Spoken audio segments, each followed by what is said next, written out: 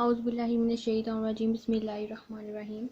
अस्सलाम वालेकुम। आज इस वीडियो में हम पीपीएससी लेक्चरर मैथमेटिक्स जो 25 अक्टूबर 2020 में पेपर हुआ था उसके क्वेश्चंस को डिस्कस करेंगे with detail. So let's start. आज इस लेक्चर में सिर्फ हम लीनियर अलजबरा से लिए गए क्वेश्चंस को ही डिस्कस करेंगे विद डिटेल। लीनियर अलजबरा पे ऑलरेडी मैंने काम किया, प्लेलिस्ट और लीनियर अलजबरा की अवेलेबल होगी। उसी प्लेलिस्ट में कुछ ऐसी वीडियोस हैं जिनमें से 25 अक्टूबर 2020 में क्वेश्चंस लिए गए। ये काम इन्हीं कॉन्सेप्ट में मैं काम कर चुकी हूँ ऑलरेडी। अगर आप इन्हीं क्वेश्चंस को मैं करवा तो दूंगी, फिर भी आप डिटेल्स अगर इन कॉन्सेप्ट को समझना चाहें तो प्लेलिस्ट अवेलेबल है, उनके वीडियोस हैं इसी टॉपिक्स इन्हीं क्वेश्चन पे बेस्ड। आप इन्हें डिटेल से भी अच्छे से जाके समझ सकते हैं। यहाँ पे हम क्वेश्चन आंसर राइट ऑप्शन कुछ ज़्यादा डिटेल में तो नहीं जाएंगे, लेकिन अगर आप डिटेल में देखना चाहते हैं तो आप लीनियर अलजबरा वाली प्लेलिस्ट अच्छे से देखें ताकि आपके नेक्स्ट अपकमिंग एग्जाम की भी आप अच्छे से प्रिपरेशन कर सकें कि लीनियर अलजबरा में जो क्वेश्चंस इंपॉर्टेंट है, कौन से कॉन्सेप्ट इंपॉर्टेंट हैं, उन पे बेस्ड कुछ मैंने वीडियोस बनाई हैं, तो आप लाजमी देख के आएँ ताकि आपकी अच्छी प्रिपरेशन हो सके नेक्स्ट। और वैसे भी पास्ट पेपर आप इसलिए मकसद के लिए तो तैयार करते हैं कि नेक्स्ट आप अपकमिंग एग्जाम में अच्छी प्रिपरेशन और अच्छे से अपना परफॉर्म कर सकें। इससे रिलेटेड भी आपको कॉन्सेप्ट होने चाहिए। आप ये तो देखेंगे लेकिन इससे रिलेटेड कॉन्सेप्ट भी आप अच्छे से क्लियर करके जाएं।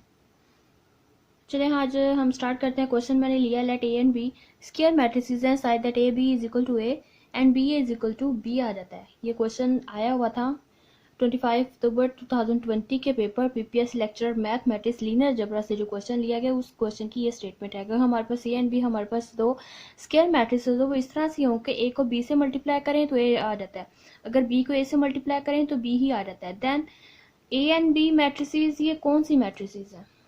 क्या ये इसके ऑप्शंस थे idempotent matrix, involutory matrix, nilpotent matrix, none of these. इनमें से best option right option choose करने के लिए हमें पता होना चाहिए idempotent, involutory and nilpotent matrix होती क्या है। उन पे फिर हम कंडीशन चेक करेंगे क्या ये जो गिवन स्टेटमेंट उसको सेटिस्फाई करती है या नहीं करती। अगर नहीं करती तो हम कह देंगे इनमें से कोई भी राइट ऑप्शन नहीं है, नन ऑफ दीज, फिर हम डी ऑप्शन को चूज करेंगे। सो आइडेम्पोटेंट मैट्रिक्स होती है अगर फॉर एग्जाम्पल मेरे पास कोई मैट्रिक्स ले लेते हैं हम, यहाँ पे ए मैट्रिक्स है, अगर उसका मैं स्क्वायर लूँ और वापस मुझे वही मैट्रिक्स मिल जाती है तो फिर मैं ए मैट्रिक्स को कहूँगी कि वो आइडेम्पोटेंट मैट्रिक्स है। और इसी तरह मेरे पास और कोई स्क्वायर मैट्रिक्स हो, उसका स्क्वायर लेने से इज इक्वल टू मेरे पास अगर आइडेंटिटी मैट्रिक्स आ जाती है तो ऐसी मैट्रिक्स को कहेंगे कि वो इनवोलेटरी मैट्रिक्स है। नीलपोटेंट मैट्रिक्स क्या होती है? जिस तरह मेरे पास फॉर एग्जांपल अगर कोई ए मैट्रिक्स है उसको n टाइम्स उसको मल्टीप्लाई करें, जितनी दफ़ा हम उसको n टाइम्स अगर मल्टीप्लाई करते हैं वापस मुझे बस एक नल मैट्रिक्स जहाँ पे वो देगा वहीं वो मैट्रिक्स जो होगा वो नीलपोटेंट मैट्रिक्स हो जाएगा। और जो उसकी पावर होगी जितनी दफ़ा आपने जितने टाइम्स उसको मल्टीप्लाई किया होगा वो उसका नीलपोटेंसी इंडेक्स कहलाएगा और मैट्रिक्स हमारे पास नीलपोटेंट हो जाएगी और आंसर में हमें सिर्फ नल मैट्रिक्स चाहिए होती है। ये है नीलपोटेंट का कॉन्सेप्ट। सो अब हमने चेक करना है कोई हमारे पास एक ऐसी स्क्वायर मैट्रिक्स हो, ए एंड बी दोनों स्क्वायर मैट्रिक्स हैं कि ए बी करें तो ए आ जाता है, बी ए करें बी को ए से मल्टीप्लाई करें तो बी आ जाता है। देन ए एंड बी कौन सी मैट्रिक्स है? क्या वो आइडेम्पोटेंट होगी, इनवोलेटरी होगी, नीलपोटेंट होगी मैट्रिक्स। सो मैंने स्टार्ट ही ए स्क्वायर से किया, ए स्क्वायर लिया, ए स्क्वायर को लिख सकते हैं ए डॉट ए और ए की कैसे ए कंडीशन हमें दी गई है कि वन के A B is equal to A है तो ए को रिप्लेस कर दें विद ए बी और एसोसिएट करवा दें ए इंटू बी ए, तो बी ए की जगह इनको रिप्लेस कर दें बी के साथ तो A B is equal to A वापस ए ही मिल जाता है, मतलब ए स्क्वायर लिया था वापस हमें ए ही मिल गया। तो ये तो ए तो मेरे पास आइडेम्पोटेंट मैट्रिक्स होगी। अब बी को भी चेक कर लेते हैं क्योंकि उन्होंने दोनों का पूछा। देन ए एंड बी कौन सी मैट्रिक्स होंगी? तो अब बी को चेक करते हैं, बी का स्क्वायर लिया बी डॉट बी, तो बी को रिप्लेस कर दें बी ए के साथ and B A dot B, तो इसको फिर एसोसिएटिव लॉ इस पर अप्लाई करें तो बी इंटू ए बी और A B is equal to A है, B is equal to B, B A square is equal to A and B square is equal to B. This means that A and B are the idempotent matrix. So A option is the right here. कि मेरे पास क्या है कि for any real matrix से कोई भी हमारे पास एक रियल मैट्रिक्स है जिसकी एक ऐसी मैट्रिक्स जिसकी जो एंट्रीज हैं वो रियल है, तो फॉर एनी रियल मैट्रिक्स है side that A into A transpose equal to A transpose into A, orthogonal की है, नॉर्मल की है, both A and B, none of these. तो हमें भी नॉर्मल और ऑर्थोगोनल की डेफिनेशन देखनी पड़ेगी पहले। मतलब क्या कि यहाँ मैट्रिक्स खुद अपने ट्रांसपोज के साथ ही कम्यूट कर रहा है, तो ये किसकी कंडीशन होती है? ऑर्थोगोनल मैट्रिक्स देखें किसे कहते हैं, square matrix A is called orthogonal. किसी भी स्क्वायर मैट्रिक्स को कहेंगे कि वो ऑर्थोगोनल है अगर उसका ट्रांसपोज उस मैट्रिक्स अपने ही ट्रांसपोज के साथ कम्यूट पे करे और इक्वल टू आइडेंटिटी मैट्रिक्स है, या फिर हम इसको लिख सकते हैं transpose equal to inverse matrix. तो ये ऐसी मैट्रिक्स ए को कहेंगे कि वो ऑर्थोगोनल है।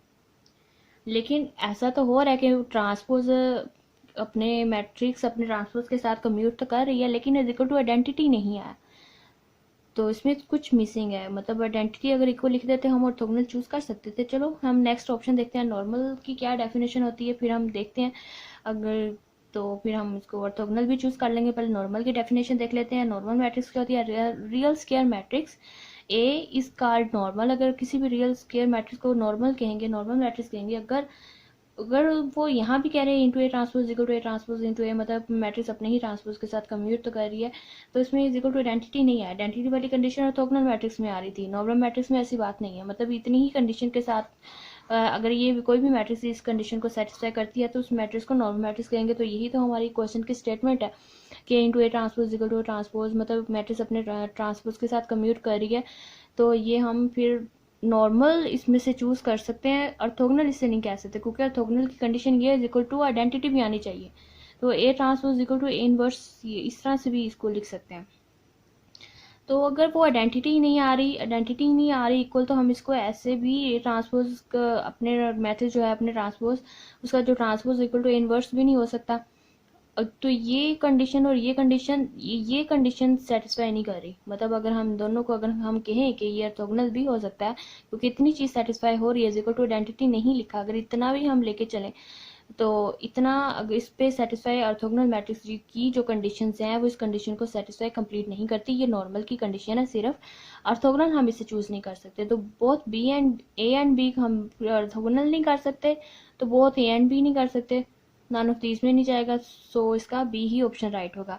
लेकिन कुछ प्रोफेसर मैंने देखा है उन्होंने बोथ ए एंड बी को चूज किया था, आई थिंक ये गलत है। ऑर्थोगोनल की condition is equal to identity भी होती है। तो नॉर्मल मैट्रिक्स की सिर्फ ये जो स्टेटमेंट है नॉर्मल मैट्रिक्स की ही है, तो हम इसको बी ऑप्शन ही सिर्फ चूज करेंगे। ऑर्थोगोनल चूज करना ठीक नहीं होगा, क्योंकि इक्वल टू उन्होंने आइडेंटिटी भी आनी चाहिए, ये कंडीशन होती है ऑर्थोगोनल मैट्रिक्स की। तो ए ट्रांसपोज इक्वल टू, या फिर इस तरह A transpose equal to inverse, मतलब जो मैट्रिक्स का ट्रांसपोज होगा वो अपने इनवर्स के इक्वल भी आ सकता है। लेकिन ना तो ये यहाँ किसी का ट्रांसपोज मैट्रिक्स अपने इनवर्स के इक्वल आ रहा है, ना ही इक्वल टू आइडेंटिटी आ रहा है। हम इसको ऑर्थोगोनल की सूरत भी नहीं कह सकते। बोथ ए एंड बी तो नहीं जाएगा टोटल, फिर इसका बी ऑप्शन ही राइट बनेगा। यहाँ जो मैं प्रूफ दे रही हूँ आपको राइट रॉन्ग ऑप्शन का, जो ऑप्शंस मैं डिस्कार्ड कर रही हूँ, जो मैं चूज कर रही हूँ, अगर आप इसे डिसएग्री करते हैं तो आप कमेंट सेक्शन में बता सकते हैं विद प्रूफ कि अगर आपके मुताबिक कौन सा राइट ऑप्शन है और क्यों है उसकी मुझे reference. Let A be are real matrix with rows forms and orthonormal set. हमारे पास जो ए है वो एक मैट्रिक्स है, रियल मैट्रिक्स है, उसकी जो रोज हैं वो ऑर्थोनॉर्मल सेट बनाती हैं। देन ए क्या होगा, नॉर्मल होगा, ऑर्थोगोनल मैट्रिक्स होगी, columns of A forms an orthonormal set, या बोथ ए एंड बी, मतलब कि नॉर्मल भी हो ऑर्थोगोनल भी हो। ऐसी मैट्रिक्स एक रियल मैट्रिक्स है, बस इतना बताया गया कि उसकी जो रोज है ऑर्थोनॉर्मल सेट बनाती हैं। तो क्या वो मैट्रिक्स नॉर्मल होगी ऑर्थोगोनल, या उसके कॉलम्स भी ऑर्थोनॉर्मल सेट बनाएंगे, या बोथ ए एंड बी मतलब नॉर्मल और ऑर्थोगोनल भी होगी। तो हमने ये बताना है। तो ऑर्थोगोनल की डेफिनेशन तो हमने अभी देखी। या square matrix is called orthogonal अगर वो अपने ट्रांसपोज के साथ कम्यूट करे इज इक्वल टू आइडेंटिटी भी आए, तो ऐसी मैट्रिक्स ऑर्थोगोनल होती है। लेकिन उन्होंने बस इतना बताया कि रोज फॉर्म्स ऑर्थोनॉर्मल सेट बनाती हैं। तो अगर आप इस क्वेश्चन को अच्छे से अंडरस्टैंड करना चाहते हैं तो लीनियर अलजेब्रा वाली प्लेलिस्ट देखिए, उसमें मैंने ऑर्थोनॉर्मल सेट और नॉर्मल मैट्रिक्स पे बहुत अच्छा कॉन्सेप्ट, उसकी प्रॉपर्टीज एंड मतलब प्रॉपर डेफिनेशन एग्जांपल्स के साथ मैंने कवर करवाया है। अगर आप इस क्वेश्चन को अच्छे से अंडरस्टैंड करना चाहते हैं तो वो लाजमी देखें। वैसे इस वीडियो में उस वीडियो का मैं लिंक भी डाल दूंगी ताकि आप समझे ऑर्थोनॉर्मल सेट क्या होता है उसकी, और नॉर्मल ऑर्थोगोनल मैट्रिक्स क्या आती हैं, एग्जांपल्स के साथ मैंने बहुत अच्छा कवर करवाया हुआ है वैसे। तो यहाँ जो हमारे पास राइट ऑप्शन बनता है ऑर्थोगोनल मैट्रिक्स बनता है। ऑर्थोगोनल मैट्रिक्स की जो रोज होती हैं या जो कॉलम्स होते हैं वो ऑर्थोनॉर्मल सेट बनाते हैं। तो टाइम की बचत होगी, क्योंकि ऑलरेडी मैं इस पर वीडियो बना चुकी हूँ, तो बेहतर होगा आप उधर से जाके देख लें। मैं दोबारा से सारा कवर करवाऊंगी तो फिर वीडियो लेंथ भी ज़्यादा बनेगी और बेहतर होगा, आपका भी टाइम बचेगा और मेरा भी। आप बेहतर होगा आप उधर से देख लें। मैं इसी वीडियो में इसका लिंक भी डाल दूँ, जब अवेलेबल है तो क्यों बार बार करवाएं। मतलब ऑर्थोगोनल मैट्रिक्स ऐसी मैट्रिक्स होती है जो इस कंडीशन को भी सेटिस्फाई करती है, उसकी जो रोज और कॉलम्स होते हैं ऑर्थोनॉर्मल सेट बनाती हैं। सो यहाँ हमारे पास बी ऑप्शन ही राइट बनेगा, नॉर्मल। हाँ, उन्होंने सिर्फ हमें हिंट दिया है कि एक रियल मैट्रिक्स है, उसकी जो रोज है ऑर्थोनॉर्मल सेट बनाती है, तो मैट्रिक्स कौन सी होगी, देन ए मतलब ए को फिर क्या कहेंगे, नॉर्मल या ऑर्थोगोनल, तो वो ऑर्थोगोनल मैट्रिक्स होगी। बनने को तो सी ऑप्शन भी राइट बन रहा है कि उसके कॉलम जो है वो ऑर्थोनॉर्मल सेट बनाते हैं, लेकिन उन्होंने ये नहीं पूछा कि ऑर्थोनॉर्मल उसके कॉलम्स क्या बनाते हैं क्या नहीं बनाते। उन्होंने सिर्फ हमें हिंट दिया है कि उसकी रोज का ऑर्थोनॉर्मल सेट बनाती है, तो मैट्रिक्स बताओ, उसका नाम बताओ, उस मैट्रिक्स कौन सी होगी। तो यहाँ हमारे पास वैसे तो सी ऑप्शन भी राइट है, लेकिन बेस्ट ऑप्शन हमारे पास बी ऑप्शन है। अगर आप बी ऑप्शन को ही, अगर पेपर में बैठे इस तरह का क्वेश्चन आ जाता है, बी ऑप्शन को ही चूज करना, क्योंकि सी ऑप्शन ऑर्थोगोनल मैट्रिक्स है, तो वो कॉलम्स उसके ऑर्थोनॉर्मल सेट बनाती हैं, ये नेक्स्ट कंडीशन आ जाती है। लेकिन उन्होंने ये नहीं पूछा कि रोज और कॉलम्स की क्या सिचुएशन होगी, उन्होंने सिर्फ ये पूछा कि मैट्रिक्स का क्या नाम होगा, ये मैट्रिक्स क्या कहेंगे उसको, कैसी मैट्रिक्स होगी वो, तो वो फिर ऑर्थोगोनल मैट्रिक्स होगी। सिर्फ आप B option is the best option here, B option choose करना। मैंने कहा कि मुझे जो मुनासिब लग रहे हैं ऑप्शन उसके मुताबिक है, आपको जो बेहतर लगे आप कर लें। मैं अगर कहूँ तो मैं ऑर्थोगोनल मैट्रिक्स या बी ऑप्शन ही चूज करूँगी। Next up to you. So thank you for watching, please like and share with your friends, thank you. Next questions भी इंशाल्लाह मैं कवर करूंगी साथ साथ ही, लेकिन टॉपिक वाइज मैं लेके चलूंगी, लीनियर अलजेब्रा पे, फिर next vector calculus and ring theory, topology and जो भी क्वेश्चंस जिन जिन सब्जेक्ट से लिए गए थे उन पे लहदा वीडियो बनाऊंगी, ताकि पता चल सके आपको कि हर कौन कौन से सब्जेक्ट से किन किन टॉपिक्स पे वीडियो बनाई गई है, ताकि आप अच्छे से अंडरस्टैंड कर सकें। आपकी ही आसानी के लिए मैं इस तरह लेके चलूंगी सारा। और लीनियर अलजेब्रा पे नेक्स्ट मेरी जो वीडियो होगी वो रिंग थ्योरी, जो मतलब जो 25 अक्टूबर को जो पेपर हुआ था उसमें रिंग थ्योरी में से जो जो क्वेश्चन दिए गए थे नेक्स्ट उन पे बेस्ड एक वीडियो बनाई जाएगी। इस तरह मैं लेके चलूँगी सर, ये मेरा प्लान है। इंशाल्लाह नेक्स्ट वीडियो बहुत जल्दी आएगी, और अभी तक नेक्स्ट डे नहीं होगी।